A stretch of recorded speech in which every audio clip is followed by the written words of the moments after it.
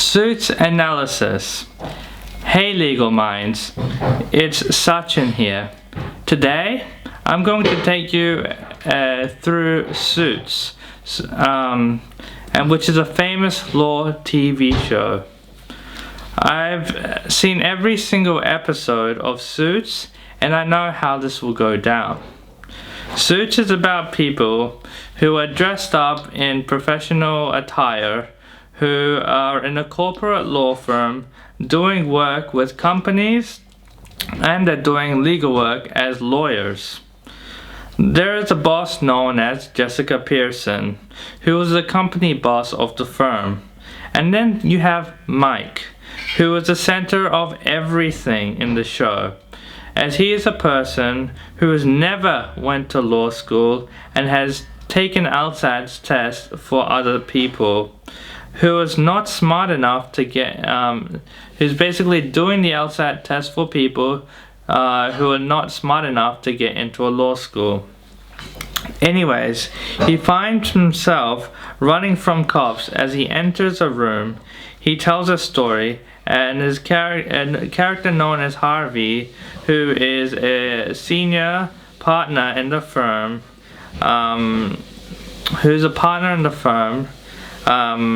hires him as a junior associate who works closely alongside him and does legal work like filing subpoenas, doing any sort of legal work. As you can tell, this guy doesn't know much about, but he asks how to write a subpoena and legal documents as he never went to law school. Anyways, I'll be taking you through the first episode as pilots, known as pilots, of the first season of the first episode, doing a critical analysis of Suits, and then comment if you object. I'll sustain or overrule depending on what you say. Let's dig in. By the way, stick around till the end because I'll show you guys what I give Suits on legal realism. Let's get straight into Suits, episode 1, season 1.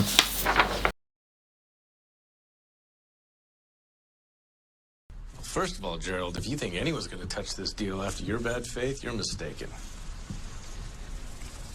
Second, the way our agreement works is the minute Cooper signed the deal which gave you everything you wanted, our fee was due and payable, which is why at 7:30 I received confirmation of a wire transfer from escrow indicating payment in full.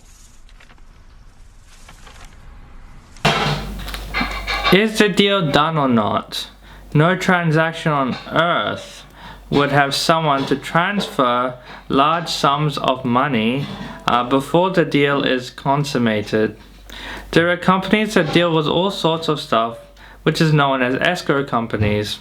If there is a particular amount which goes in from one company to another, then you're giving money to an escrow company. They hold the money until the terms are complete and turn it over when central criteria are met.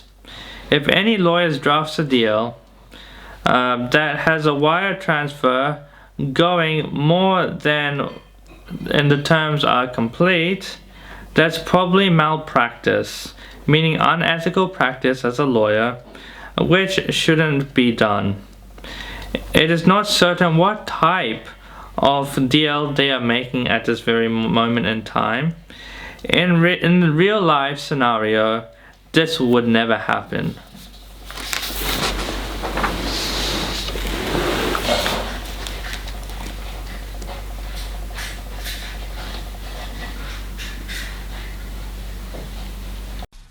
We got paid before Gerald signed the deal. What are you talking about? This is a memo about some fire drill on Tuesday. Huh. You're the blue team captain. You get to wear a fire hat. So what this person has done and what this person has committed is fraud. What he's done is made a fact based on an untrue fact in order to induce someone to enter into an agreement. When you induce someone based on a fraud, in legal terms is known as fraud in the inducement. And when you commit fraud in the inducement, and it's a deal is null. The deal is null and void because you fraudulently got them into a deal. So if this deal goes through, and then the other party finds that out that he has been lied to in a fraudulent manner, the deal is no longer done. It would be unwound and the whole thing would become a big issue, and therefore you'll be disbarred. That is not good lawyering. Good lawyers don't lie, and they're ethical in their practice. Lawyers use facts based on real-world examples to make sure parties get the best deal where possible. Lawyers do not lie to consummate a deal. This is very bad lawyering, and bad legal practice could be a crime. Oops, sorry. I got it.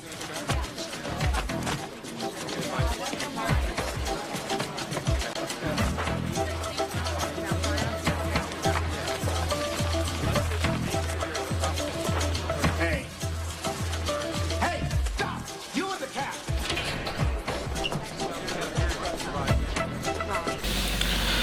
This is really interesting. As you can see, the LSATs are the law school entrance exam. In the USA, they're very important if you want to get into a good law school, in fact any law school in the US. As you can see in the video, this person tries to cheat his way in the LSAT. But the board that offers the LSAT tries to combat cheating, as they require you to show some form of ID such as a driver's license or any valuable forms of ID. They check your ID when you come in, and they check your ID before you leave to make sure that you are not cheating on the LSAT test. But sometimes people get around showing their ID. Given how important it is, there are some very bad people who try to get around the system to get a good LSAT score. Just hire the Harvard summer associate douche. I think if you listen to the phrasing of that question, you'll come up with an answer. We need people who think on their feet, not another clone with a rod to possess. Harvey, the fact that we only hire from Harvard gives us a cachet that's a little more valuable than hiring a kid from Rutgers. You went to Harvard Law.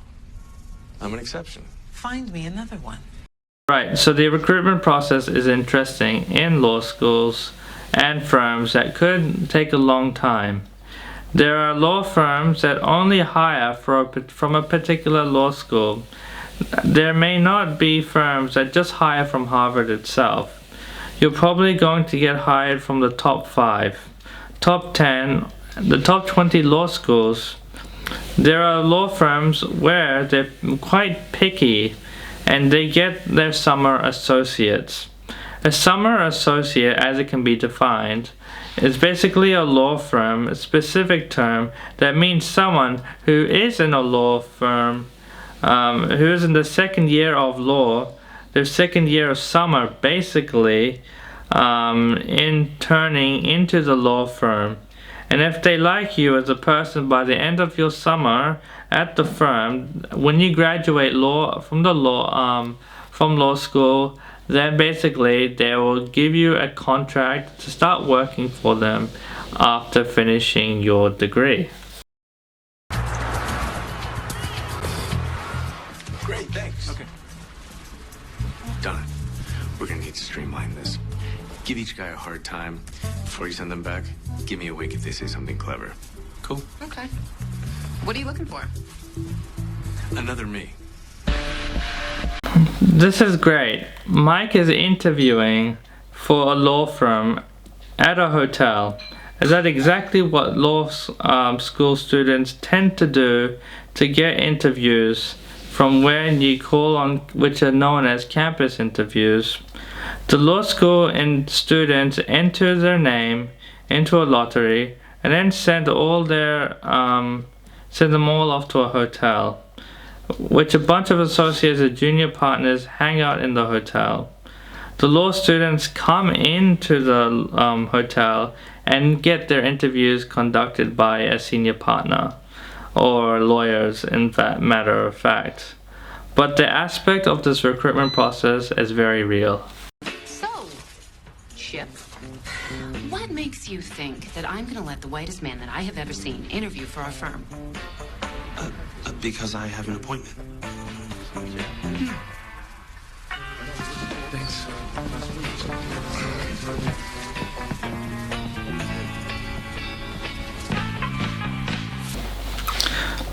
Lawyers have all sorts of criteria and how they choose people for a callback. These are known as screening interviews. They're not only going to go through hundreds of applicants, but thousands of law school students. And if they like you, then they give you a callback. If they don't like you, you're done. You can't come back. If you get a call back, then you'll be interviewed by a bunch of attorneys or senior partners from the law firm you are interviewing for. And it's funny because this criteria that they use is also what they do in real life, not only in this TV show but also in real life. You want this job so much. Why don't you just go to law school? When I was in college, it was my dream to be a lawyer. I needed some money, and Trevor convinced me to memorize this math test and sell it. Turns out we sold it to the dean's daughter. I lost my scholarship, I got kicked out of school, I got knocked into a different life. And I have been wishing for a way back ever since. There is some truth to that. Law schools are, and especially when you're going to become a member of the bar, they look at your moral character. Basically, you need to be truthful and quite ethical in that matter of fact, and will not have a follow-up of a criminal record or any other problems from the college you went to if you've committed some sort of if you've cheated or any sort of way. There won't be a problem becoming an attorney, but as long as you promise them that you will not do it again, you probably need to explain it to them, that you will not do it again and the reason why it happened and that you will not do it again. But it shouldn't procure you from becoming an attorney in the future. I need a grown goddamn man. You give me this, and I will work as hard as it takes to school those Harvard douches and become the best lawyer you have ever seen. I'm inclined to give you a shot, but what if I decide to go another way? I say that's fair. And sometimes I like to hang out with people who aren't that bright, just to see how the other half lives. Move over. I'm emailing the firm. I just found our next associate. Problem here is that he has an ethical limitations, as well as he's knowingly conspiring and what we call a member of the bar and participate in these activities. This is a big problem for Mike and also for Harvey, because he's knowingly supporting it and he could end up on the wrong side, and it's basically an ethical issue for himself. Mike results in Harvey losing his legal license by knowingly hiring Mike to do his work for him. Big problems for both of them basically, because Mike could go under the bar committee and he can get in trouble for lying that he was from Harvard, which he didn't go to Harvard at all, and Harvey could lose his legal license and be fired from the firm. Taking my promotion away. Most firms would put you in front of the bar and have your license stripped. You lied to a client and he figured it out. Yes, exactly. Don't lie to a client. You should never lie to a client and defraud them. He's a client, he's not from the opposite side. Why would he even lie to a client in the first place? Because you're not basically trying to close a deal or any sort of way. You're trying to get an outcome with the client. So basically, never lie to a client. Otherwise, you'll be disbarred if you lie to a client. And that's crazy, don't you think? Pro tip, don't lie to a client at all. When you become a lawyer in a law firm, never lie to a client. All rise. This was an analysis of Season 1, Episode 1 of Suits. A lot of legal work went into this. And how does it relate to real life lawyering? Well, let's see. I'm going to give you a grade. I'm going to give Suits a grade on legal realism.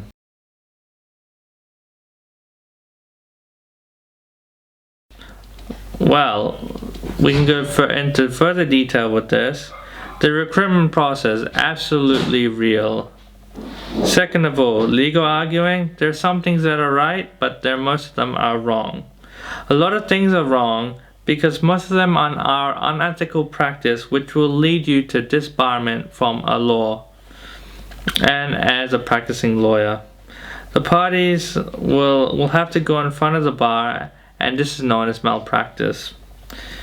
Therefore, if you enjoyed this video, remember to smash the like button, give it a thumbs up, remember to subscribe for more videos. See you in the next one.